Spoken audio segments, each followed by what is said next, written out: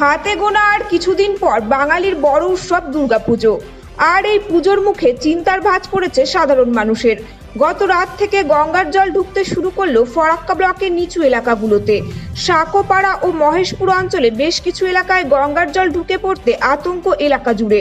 হঠাৎ করে এরকম জল বেড়ে লোকালয়ে প্রবেশ করার ফলে উপদ্রব শুরু হয়েছে পাথরের খাঁজে থাকা বড় বড় পোকামাকড়ের। আত্মরক্ষার্থে ইঁদুর ও সাপ লোকালয়ে প্রবেশ করেছে। এলাকার মানুষজন সাপ ও ইঁদুরের ভয়ে ভীত ও আতঙ্কিত হয়ে রয়েছেন। জলমগ্ন এলাকার এক বাসিন্দা জানালেন, আগে ভাগে জানালেও ফরাক্কা প্রশাসনের কোনো রকম উদ্যোগ দেখা যায়নি।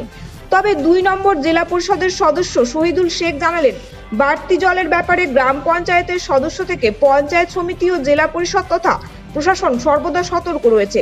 তিনি গতরাত্রে খবর পেয়ে বিডিওকে জানিয়েছেন এবং সকাল সকাল এলাকা পরিদর্শন করেছেন।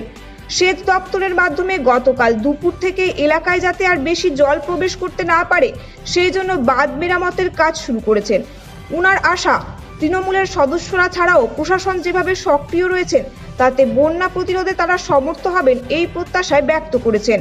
পাশাপাশি আজ সকাল থেকে শুরু হয়েছে প্রবল বৃষ্টিপাত। একদিকে যখন গঙ্গার জল বৃদ্ধির কারণে গ্রামে ঢুকছে জল, অপরদিকে বৃষ্টি শুরু হওয়ার কারণে ঘুম উড়েছে এলাকার বাসিন্দাদের।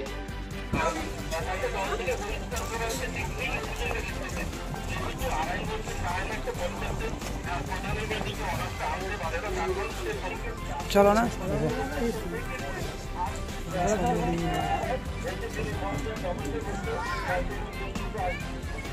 ডাকছে তোমাকে খালি ভিডিও করলে হবে, কিছু চাকু বাড়ার লোকের কাছে বক্তব্য শুনো তো ভালো লাগবে। আজকে 4-5 দিন থেকে 4-5 দিন থেকে আমাদের জল ঢুকেছে। আজকে কিছু বস্তা ফেলা হয়েছে, এখনও মানে পুরো জল ঢুকে যাচ্ছে। আমাদের যেগুলো বাড়ির পাশে বাড়িগুলো ডুবে গেছে, এরা বলছে খুব আতঙ্কতে আমাদের সাপ, নদীর পাশে যে পাথরগুলো ছিল পাথর থেকে যে সাপগুলো ছিল উঠে গেছে, ইঁদুর বড় বড় বড় ইঁদুরগুলো ঢুকে যাচ্ছে। এর জন্য কোনো প্রশাসন আমাদের কোনো উদ্যোগ নেয়নি। আমাদের গ্রাম পঞ্চায়েতের যে মেম্বার আছে ওনাকে বলা হয়েছে, এখনও কোনো আমাদের পঞ্চায়েত সমিতির মেম্বার আজকে এসেছিলো যে কয়টা বস্তা ফেলানো হয়েছে এইটুকুনি। মানে এখনও মানে যে বস্তাগুলো পুরো ফেলা হয়নি, এখনও পুরো ফেলা হয়নি। আরও ফেললে গেলে খুব ভালো হবে। তারপর আমাদের গ্রামের পাশে এই আমাদের রাস্তা আছে, এই রাস্তাগুলো যাওয়া যাচ্ছে না। একটা রাস্তা ভেঙে পড়ে আছে আমাদের বাড়ির পাশে। যে আরেকটা রাস্তা আছে আমাদের গঙ্গার পাশে, যে মানুষ যাচ্ছিলো সে রাস্তাতে যাওয়া হচ্ছে না। এই রাস্তাগুলো করে দিলে আমাদের গ্রামের রক্ষা খুব ভালো হয়। খুব আতঙ্কিত আমরা, মানে গঙ্গার জল ঢুকে যাচ্ছে, আমরা খুব আতঙ্কিত। সাবিরুদ্দিন শেখ, সাঁকোপাড়া। আমি তো গতকাল রাত্রে আমার বাড়িতে এখানে, তার মধ্যে গতকাল রাত্রে খবর পেলাম জল ঢুকছে। আমি সকালে উঠে সকালই এলাকাটা দেখেছি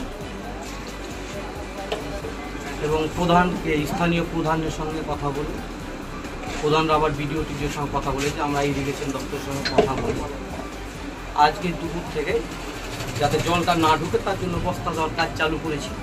আমরা যে কোনো মূল্যে বন্যা হাত থেকে এলাকাকে বাঁচাবার চেষ্টা করছি এবং সবসময় আমরা সতর্কভাবে আছি যাতে এলাকার মানুষ বিপদে না পড়ে। দেখুন, বন্যা জল বেড়েছে, সেই জায়গাটায় দাঁড়িয়ে বন্যার রূপ নিয়ে নেয়নি, তার প্রতিরোধের জন্য চেষ্টা করছে। এখন সাধারণ মানুষ বলছে, আমি তো বললাম রাত্রে খবর পেয়েছি, সকাল ছুটে গেছি, ঠিক আছে, আর দুপুরে কাজ শুরু করে দিয়েছি। স্বাভাবিকভাবেই সাধারণ মানুষের বিভিন্ন মানুষ বিভিন্ন রকম কথা বলতে পারে, তাদের স্বাধীনতা রয়েছে। তবে আমি সকালে দেখেছি, দুপুরে কাজ চালু করে দিয়েছি, কাজ চলছে। ইনশাল্লাহ আগামীকাল থেকে জল ঢোকার ব্যাপারটা বন্ধ হয়ে যাবে, এটা আমাদের বিশ্বাস আছে। আর সাধারণ মানুষকে বলবো যে আপনাদের বিচলিত হওয়ার ব্যাপার নেই। বন্যা প্রতিরোধের জন্য আমাদের সরকার, আমাদের প্রশাসন, আমাদের পঞ্চায়েত, আমাদের পঞ্চায়েত সমিতি, বিডিও, জেলা পরিষদ সবাই সবসময় সজাগ রয়েছে। মুখ্যমন্ত্রীর নির্দেশে আমরা সজাগ রয়েছি।